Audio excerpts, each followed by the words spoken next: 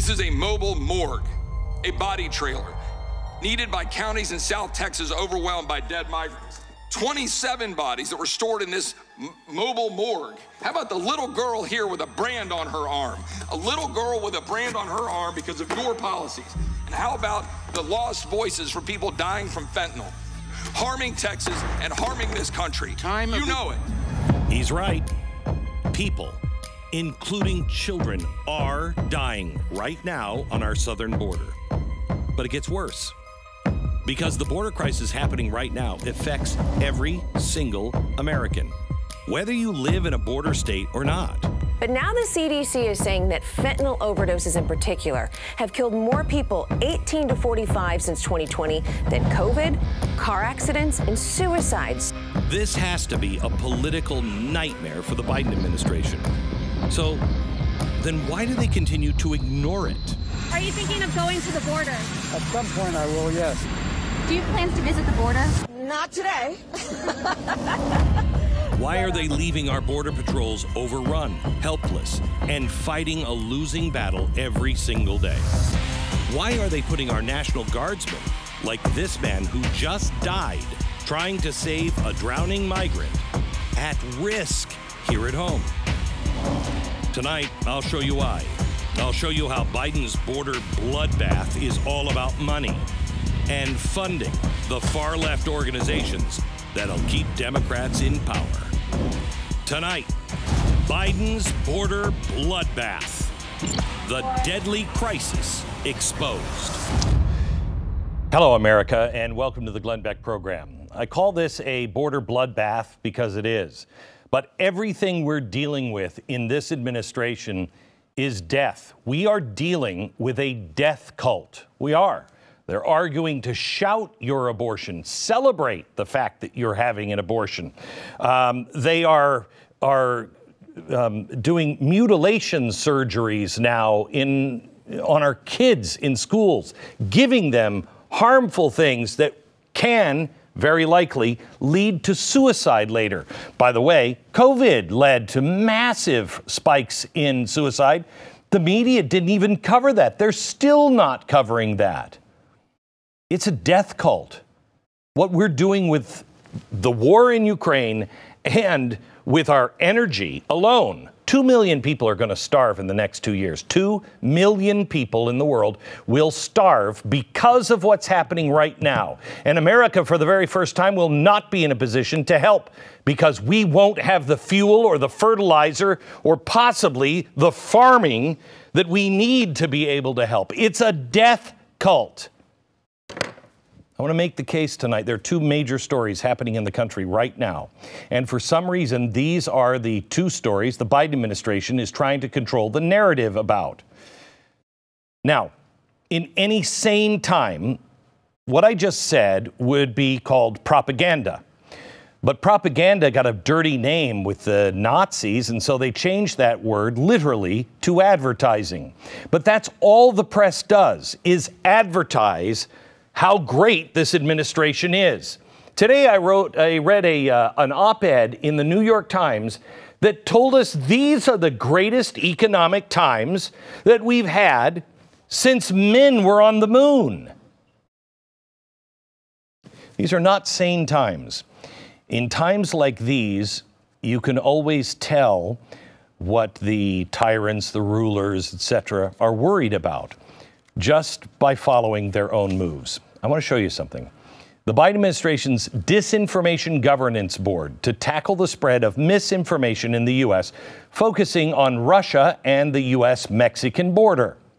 So now the left thinks it's necessary for a ministry of truth to control the narrative and tell us what we can or cannot talk about on two stories: Russia, Ukraine, and our own border. Now, why is that? Well, this show is exactly why most of you tonight have subscribed to BlazeTV. This show tonight is exactly what they're worried about. By the way, if you are not part of the Blaze family, this show tonight should show you why you need to be. Directly questioning the power. The two things the Biden Disinformation Governance Board has announced they will crack down on. They can shut us down on YouTube. They can shut us down on Facebook. For time, they can shut us down on Twitter. But we built the BlazeTV to be a network you cannot shut down. But we rely on you. Please use the promo code Glenn. Get 10% off your subscription. Okay. When it comes to almost anything the government does, it is always best to look through the lens of corruption, greed, and death. I know it sounds morbid, but when it comes to big government, it's pretty much true all the time. Where's the money going? Where's it being diverted from? And who is suffering because of it? Sticking with the two stories the new Ministry of Truth is worried about, Russia, Ukraine, and the border, let's just look at the money for a second. I want to show you a graphic here. The global military aid from February to March to Ukraine in the billions of dollars. The United States sent $4 billion in a month. No other country in the world even came close to what we committed. Look at that graph. Later in March, Congress approved their $1.5 trillion budget that included nearly $14 billion in additional war aid for Ukraine. So if you're counting, by the end of March, the United States had diverted $18 billion to Ukraine. Now, did you see what Biden asked Congress for last week? He asked for another $33 billion to send to Ukraine. But the Democrats said that's not enough. They turned it into $40 billion. In total, we're looking at $58 billion of your tax money. That's going to a country that most Americans can't even find on a map. $58 billion. Let's just say you go drive by McDonald's, it says over 1 million served. Let's say it's 1.1 million. If we bought everybody that has been served at McDonald's a Big Mac, we would still have $55 billion left over. Keep that number in mind, because I'm going to show you something that will really make you angry. The DHS Secretary Mayorkas addressed Congress just last week and all but admitted they didn't have adequate funding to address the border crisis. Gee, I wonder where all the money is going instead. Guess where Biden is looking to cut costs? We are sending military money over to Ukraine and cutting our veterans. They are now considering diverting VA funding and doctors and nurses away from our vets to migrants at the border. Republican lawmakers are attempting to fight this, but most people have never even heard of it. And now this is how the atrocities at the border are going unchecked. Biden sweeps it all under the rug. The mainstream media is an advertising arm, and they cover it up. Meanwhile, people, real people, moms, dads, children, suffer and die. I'm holding right here. This is a presentation that is shocking.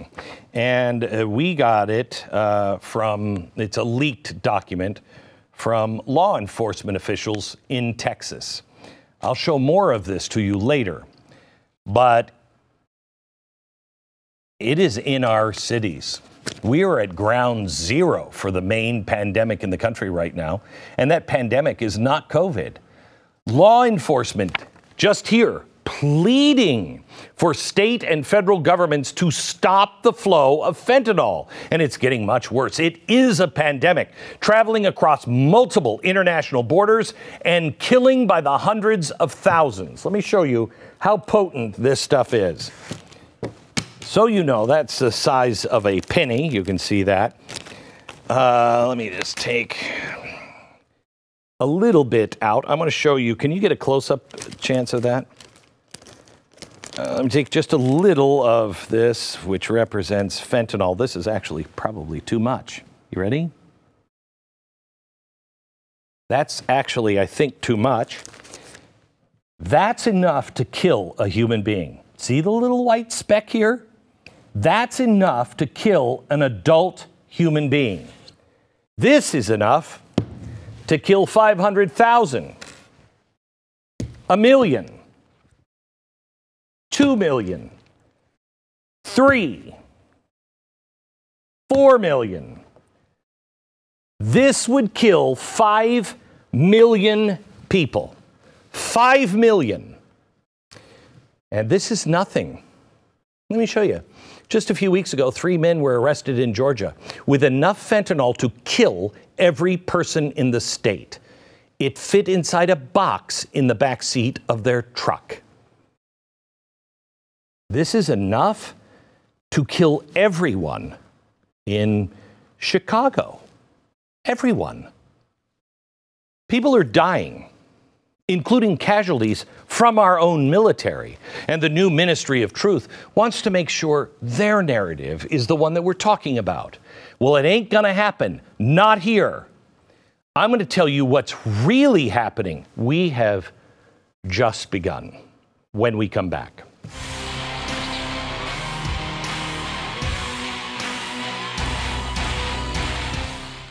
So we're getting a new dog. Uno is doing fine, but, he's starting to get really, really gray and white. He's about to turn 11, and that's old for a purebred German Shepherd, and it just breaks my heart. But I will tell you, every other German Shepherd we have, when I start to see them really white in the face and the back of the saddle is this white, they may live another 2 years, maybe, but they're in so much pain, and I can't stand that for Uno. So we've been feeding him rough greens for a while now. And it's not a dog food, it's something you put on the dog food. And I'll tell you, it is miraculous, at least for Uno. He is not acting like the other shepherds that we have had.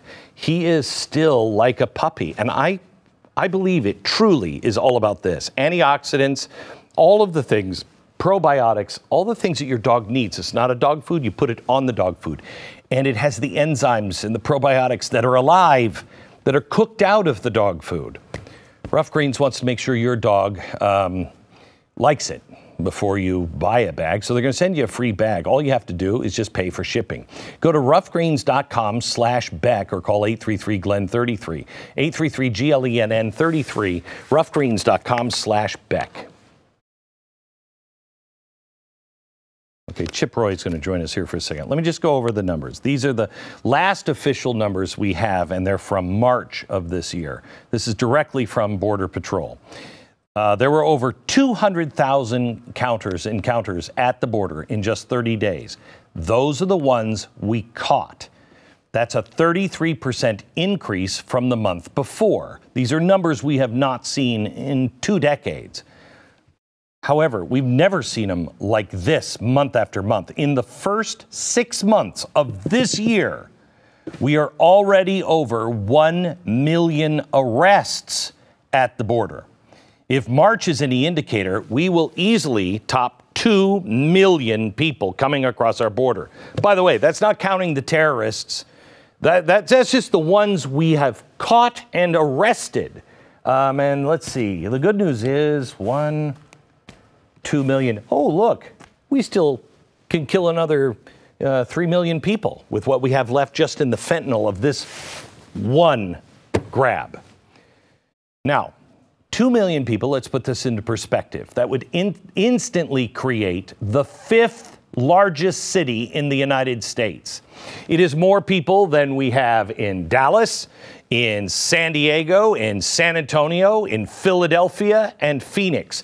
It is on par with Houston and Chicago. Under Title 42, which expels illegal aliens because of COVID, the Biden administration turned down an additional 1.35 million. But the CDC wants that to end. A federal judge has temporarily stopped this. But make sure you hear the word temporarily. If Biden can get those overturned, then 1.35 million can just recross the border. So now, 2/3 of this, we can now kill all those. 1, 2, 3.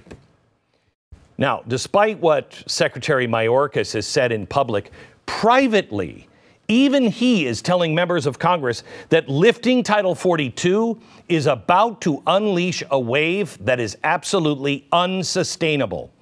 Right now, there are 6,000 migrants in Tijuana waiting to cross the border into California when Title 42 ends. Now, let's see. What else are they doing privately? What else are they doing without telling you or even United States federal judges? Let me show you a tweet. This is from our National Border Patrol Union. They have revealed in this tweet that the Biden administration has ordered the Border Patrol to process illegal aliens from the Northern Triangle, El Salvador, Honduras, and Guatemala, under expedited removal. That means that they have effectively ended Title 42 for people that come from those countries. So what is Joe Biden thinking? Answer, he's not thinking anymore. Okay? Watch this when he's asked about Title 42. President, on Title 42, sir, are you considering delaying lifting Title 42? No, what I'm considering is continuing to hear from well, first of all, there's going to be an appeal by the Justice Department, because as a matter of principle, we want to be able to be in a position where if in fact it is strongly concluded by the scientists that we need Title 42. Stop. I can't take it anymore. I can't take it anymore. An appeal by the Justice Department? No, he doesn't even know what he's talking about. He's talking about the end of airplane mask mandates. He doesn't. Title 42 is not about airplane masks. This is embarrassing. And while the president is busy mixing up Title 42 with the brand of the pudding that he had this morning, Border Patrol morale, because of the president's incompetence, let me just say this, because of his incompetence and the fact that we have radicals that are trying intentionally to destroy our country and the West, morale is at an all-time low. Now, I have never seen Border Patrol officials being this vocal. They are calling Biden's plans to, quote, a load of bullcrap, but they didn't say crap. So no matter what the left says out in the open, we all know that open borders is what they want and what they have, and they're pushing it. Wait until you see the rest of this. What we're seeing from the Biden administration is just a cog in a much larger wheel. The people behind the Great Reset also want open borders to be a reality. Every year, the World Economic Forum attendees actually pretend to be migrants for a day. Tell me this isn't some weird cult. Global government wants it. Everything the Biden administration is showing us now on the southern border falls right in line with the organizations like the World Economic Forum and the United States nations. By the way, during the Obama administration, we heard that the UN was providing ATM cards to migrants moving from country to country. Well, that was over in Europe. But now we are seeing the UN assisting the migrant pipeline from South America right here to our southern border. I didn't elect any of those people. Who are they? The Center for Immigration Studies observed the UN-supported International Organization for Migration, IOM, handing out the bank cards, giving migrants up to $800 a month for food, lodging, and, quote, movement assistance. These photos were taken off the IOM handing out the cards. This is right on our U.S.-Mexico border. They are being funded to cross illegally into our country. Why are we even a member of the United Nations? There is no way, however, our own government would be involved in that, right? I mean, we're cutting the dollars for the VA. No, we actually fund them with millions of our tax dollars. This is a very well-funded, well-planned, and executed pipeline that is fully contributing to our current crisis at the border and, in the end, the demise of our nation. But what we're seeing from the government is only part of the story. None of it works without the left-wing activists paid by left-wing dark money that are willing just to help out. What actually happens when illegals cross our border? I'll show you next.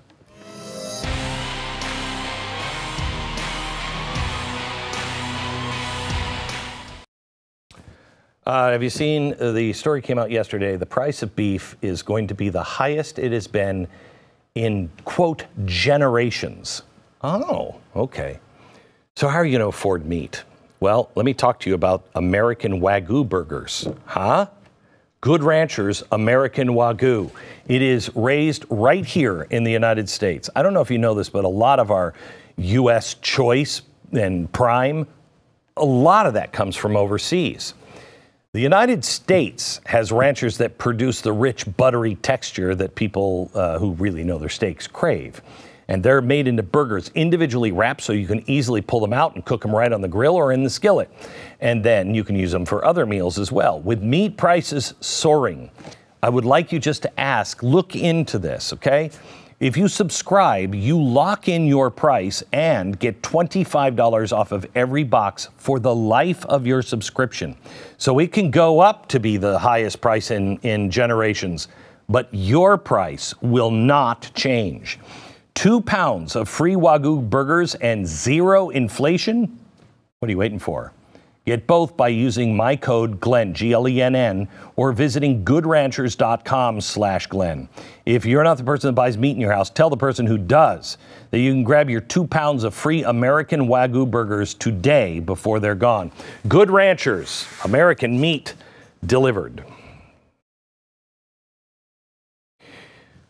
As I showed you earlier, the UN is but one of the international organizations that helps to fund migrants traveling through Central America to any place, like America. This map shows the routes that they use as they make their way up through Mexico. Texas and Arizona are by far the biggest crossings. But what happens once they cross the border? Well, let me show you a video taken by Fox News correspondent in Eagle Pass, Texas. The Biden administration takes them. They are outsourcing immigration responsibilities to private NGOs. The feds drop them off with a non-governmental organization, and they disappear into the interior of our country. And this happens every day, day after day. Always follow the money in these cases. But groups like the one I just showed you on video, they're busing illegals from the border. Hard to track. An NGO that makes over $200,000 in annual revenue needs to fill out a tax form called a 990. A full 990 shows where all the organization's grants and gifts and contributions come from. But this group, the Mission Border Hope, they fill out a smaller form. It's a 990EZ because they make less than $200,000 annually. That form doesn't show specifically where the money comes from. This is their Form 990EZ. And maybe it's just me, nothing seems wrong here, but out of the 2 of their 5 years of reporting, they stayed within less than $1,000 of the $200,000 threshold. Isn't that weird? In 2019, $10,000. They were close, but they just couldn't raise that extra. So we can't see where any of the money is coming from, nor can anyone even rate them. As you can see here, quote, this organization cannot be evaluated by our Encompass rating methodology because the files from 990EZ, as allowed by the IRS for charities with less than $200,000 annual review. Okay. Now, I'm not saying that this organization is doing anything wrong, nor am I saying that they're getting their money from bad actors. What I am saying is, where are they getting their money? We reached out to this organization for clarification, but we didn't hear back. There are tons of groups like this, some of them working directly with the federal government. If the money is coming from you or me, I'd like to know. If it's coming from dark money groups, or maybe it's just private donations, I'd like to know. There are large and small groups all over the border right now. This site names a few of the larger ones. Group like International Rescue Committee. Ooh, nice logo. Now, most of these larger groups don't require scrounging through IRS tax forms to find out who their friends really are. Quote, billionaire George Soros takes top honor at International Rescue Committee benefit. It always comes back to the same people, more or less. Actually, more or less, it always comes back to the same person.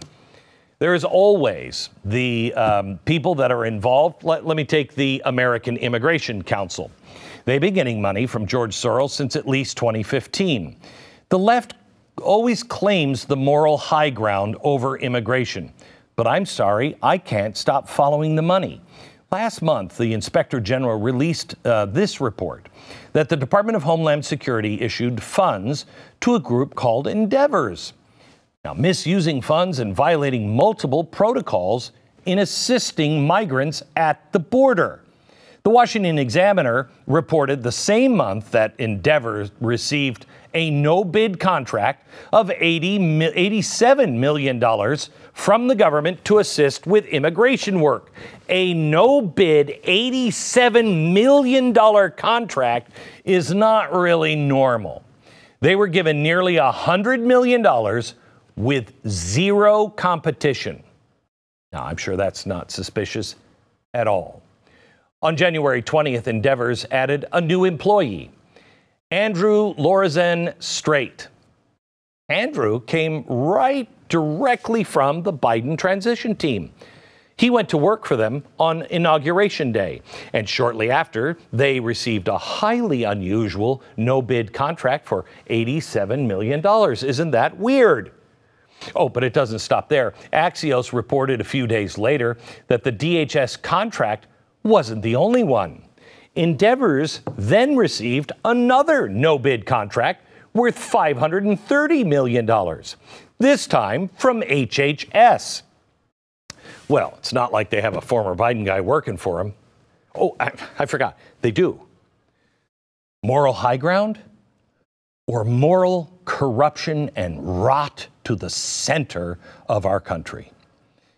That's the lens you need to look through on pretty much everything that really is coming out of Washington, everything the left feels the need to organize mass protests for.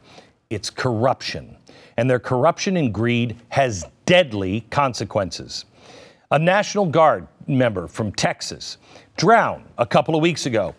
You've probably never even seen his face. Well, maybe you have because you're watching this program and you're paying attention to the Blaze. Why did he die? He was attempting to save a migrant crossing the border that got carried away in the flow of the river. Who were these migrants? Well, they were, no big deal, drug smugglers. Well, I shouldn't have said that. That's their economic migration. Economic migrants. They're just migrating so they can sell some of their products. One of our own lost their life over this. The left has a lot of blood on their hands, and yet there's no apology. If I were to ask you what the leading cause of deaths for adults 18 to 45 was, what would you think it was? Heart disease, COVID, cancer, car crashes? No.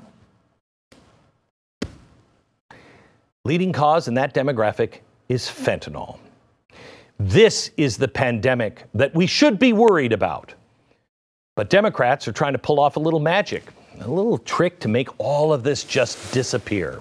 A couple of weeks ago, Mayorkas tried to deflect and say illegal fentanyl smuggling is no big deal. He says fentanyl comes through ports of entry and is mostly seized. We shouldn't worry about illegal smuggling routes. Really? Tell that to the family of the Texas National Guard member who is bravely trying to save drug smugglers. How about this from a few weeks ago? 12 pounds of fentanyl seized at the I-19 checkpoint in Arizona. This is inside the United States. This is not on the border. Here's the same super cop and his dog just 1 week earlier at this same location, this time catching smugglers with 85 pounds of fentanyl. That's enough to kill 19 million people. Have you ever had to be on fentanyl? I have. I was on fentanyl after surgery. They put a patch on me. It was going to kill me. I am convinced if I hadn't have taken it off, I didn't even know I had it on. I was in the hospital, had no idea. I wake up 3 times that night because I'm hearing, take the patch off or you won't wake up. And I don't even know what the patch is. The 3rd time, because I kept falling back to sleep, take the patch off or you will not wake up again. I looked for the patch and took it off. The next morning, my wife came in. She and I looked at the box because I said, what the heck was this patch? Fentanyl. I'd never heard of it. It could have killed her by just touching the patch. Hey, let me go back here. This is the presentation I told you about earlier in the show. It was made by Texas law enforcement officials that were all but pleading for more attention on this. This map includes the routes. These are the routes. Starts in China, gets into the hands of smugglers in Mexico, then smugly across border, primarily through Texas. This is what is fueling the leading cause of death in adults aged 18 to 45. Leading cause of death, not COVID. And we shut down the entire world for that. But we won't even have a conversation about this. Why? Why is Mayorkas saying it's no big deal? Why? No one wants to talk about it. Check this out. This is a heat map showing fentanyl overdoses in Texas. Again, from Texas law enforcement going to the state and saying, please, please help us stop this. You're not going to find this report anywhere, especially not from the government. It shows that the hardest hit areas are in San Antonio, Houston, Austin, and Dallas. Now, have you heard any reports from those cities and those mayors? Are any of them talking about it? I wonder why. Because out of these cities, 3 of the mayors are Democrat. One is an independent that identifies as, quote, a progressive. Seems pretty obvious. And you know what? You would have a conservative. And you know why they wouldn't talk about these kinds of deaths in their town? They wouldn't talk about it because they want people to move. The town I live in, the town next to it, got a lot of people moving into it, and it's really a nice town, okay? I have talked to police officers. If there's a break-in in that town, they have been instructed to take that person who is trying to steal something, put them in the car, drive them 45 minutes to another town and say, don't come back to our town, because no one wants it on the books. We have gone insane. Acknowledging the fentanyl danger in our cities just doesn't jive well with the left's narrative. Keep the borders open. It doesn't jive well with city council. We want people to come here. So everyone remains silent. Well, who was it that taught us silence equals death? Zoom in a little bit closer on this map, will you?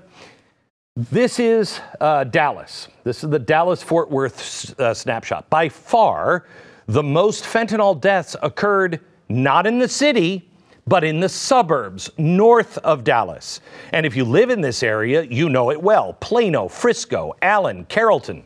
It's the fastest growing area in the region and one of the most affluent suburbs in all of Dallas-Fort Worth.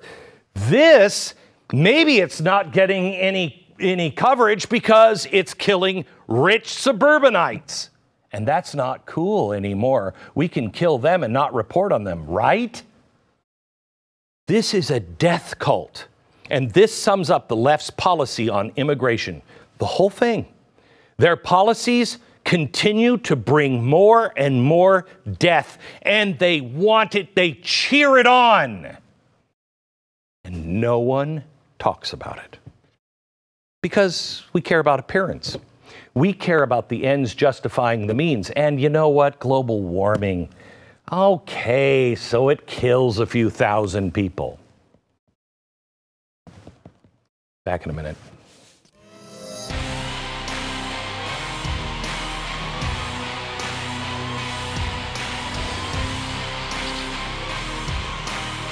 And I just said in the last break, for the love of Pete, can we turn down the fires of hell here? This studio, I like to keep it at a comfortable 62 degrees, but I don't know if you can see this, but I'm sweating. Why? I think I have a case of the vapors. It's hot in here, you know, probably like 68 or 70, and I am working out here, but I am perfectly dry here because of Sweat Block. Here's how it works. You apply the Sweat Block wipes at night. Let's say you do it on a Sunday night. You get up in the morning, you take a shower, and then you don't do it again until next week. And that's for like really heavy sweaters. I'd like to put some on my face. But anyway, Sweat Block was developed by a Harvard doctor tired of sweating at presentations. His problem became the solution.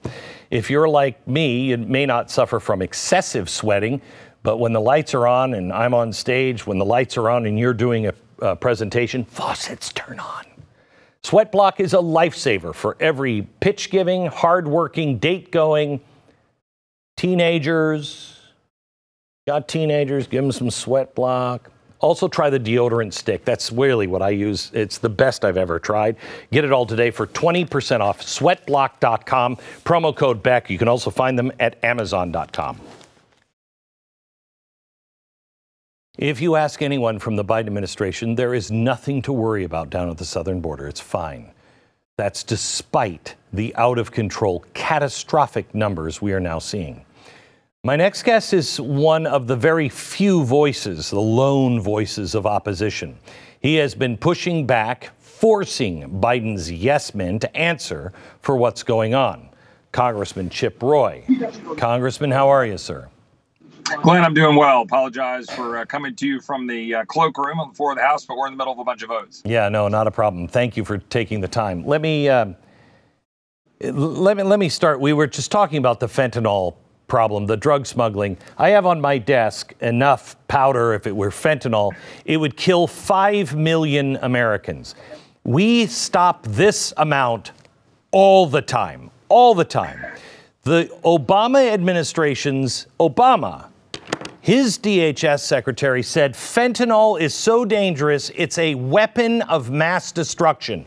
You're not even supposed to flush your old half bottle of fentanyl down to the toilet because it could taint the water supply. If I took this and dumped it into our water supply, I could kill 5 million people. What the hell is going on? Well, Glenn, just today, the CDC put out information about last year's data for fiscal year 21 that we're now up to 107,000, over 107,000 Americans who had died from poisonings, right? That we should say poisonings more than overdoses, because as you know, and I think your listeners who are very, very well educated know, that, you know, one pill you die kind of thing, right? One joint you die, because if it's laced with fentanyl, you get poisoned and you die. And even more, DEA put a warning out about mass deaths. That is, people who are dying because the fentanyl is so poisonous, they come in contact with it, even performing CPR on an individual in cardiac arrest, and then they themselves go into cardiac arrest. That's what we're dealing with here, and it's produced in China heavily. It is then put into pill form or narcotics laced into other drugs in Mexico, the cartels for profit.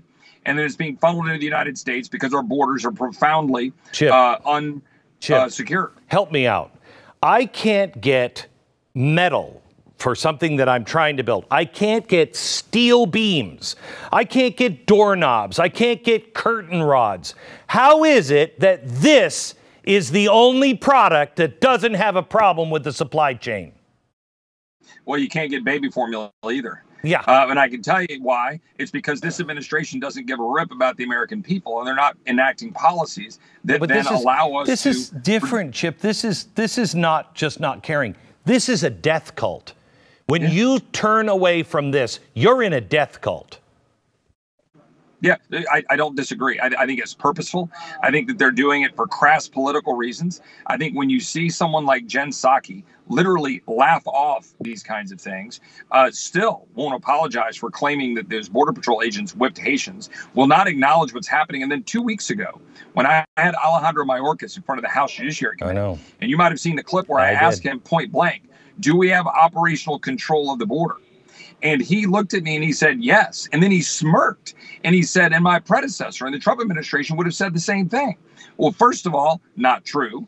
His predecessors caveated that and said we have more operational control than we've had in the past. And second of all, they would have at least had a credible claim because they were working hard to secure the border under our laws. Mayorkas is lying. He lied under oath. We should call him out for it. We should impeach him for it. And the American people should understand that Americans are dying. Migrants are dying because of choices they are making not to enforce the laws of the United States. And fentanyl is case in point number one. So, Chip, I loved when you questioned him because you had righteous indignation. You were right on it, and you called for his impeachment. But I have to tell you, I'm so sick and tired of one guy being the guy who's out on the point every single time. Where the heck are the rest of the Republicans? Point number two, Chip, when we're talking about impeaching people, it's time to put people in jail. If they have broken the law, if they are lying, I have always been told the worst thing you could ever do is do a testimony in front of Congress, because if they determine that that was a lie, you can go to jail. It's time to send people to jail. Well, on your first point, I will say that there's a growing number of people who have reached the point that you and I would say they should have reached a long time ago about recognition about the border. I will also tell you, and again, look, I'm not going to paint with broad brushstrokes here. I'm not going to try to, make something that isn't seem that it is. But there are people here who are starting to catch on. It's taken too long, but I'm telling you, we're having an impact. Glenn, you're having an impact. Your viewers are. But this morning, we had a conference meeting in which this is public information, in which we had key people about the border. Tom Homan, Mark Morgan, Brandon Judd, Derek Maltz on the drug issue. I think you know him. They are putting out the information. We don't do that very often. We asked for it. We got it.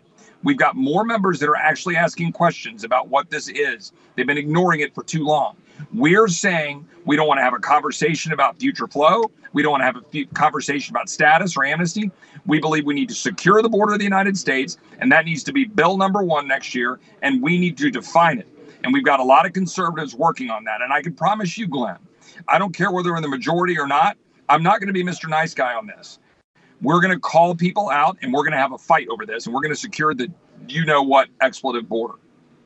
Thank you. I really appreciate it, Congressman. I'm sorry that I see this stuff, and there is absolutely no possible reason for all of the things that this administration is doing other than he's either with it or so incompetent. But one of the two, he's either involved or incompetent, and the left, the crazy, I want to destroy America left, is in charge of all of these policies. And they just keep walking away. Totally fine. Totally fine. And Chip, I have to tell you, I saw a memo from the Republicans, I think it was in the Senate, or maybe it was the House, and they were saying, we are going to have so many investigations if we are brought in.